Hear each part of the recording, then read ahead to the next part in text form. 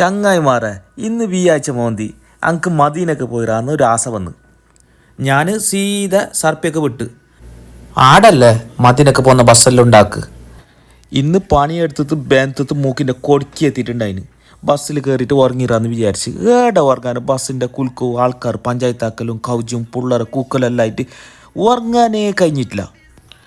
അങ്ങനെ ബസ് വിട്ട് കുറേ കഴിഞ്ഞപ്പോൾ ഉസ്താദ് ചൊല്ലി ബസ് 10 മിനിറ്റ് നിൽക്കും, ബീത്താൻ പിടിക്കുന്ന ആൾ മാത്രം ബീത്തിയിട്ട് ബന്നിറന്ന് ചൊല്ലി.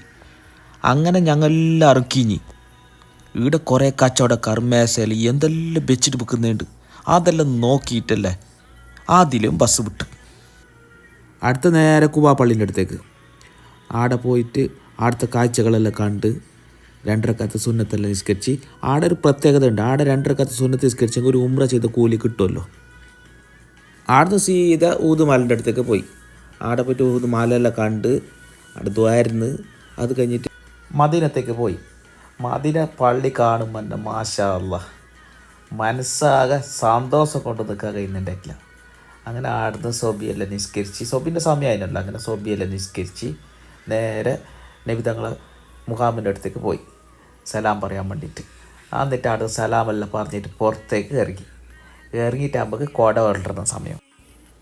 അങ്ങനെ കുട വളർന്നെല്ലാം നോക്കി കുറച്ച് ഫോട്ടോസും വീഡിയോസും എല്ലാം എടുത്ത് നേരെ റൂമിലേക്ക് പോയി. അപ്പോൾ ഇൻഷാ അല്ലാഹ് അടുത്തൊരു വീഡിയോ ആയിട്ട് വരുന്നത് വരെ ഗുഡ് ബൈ.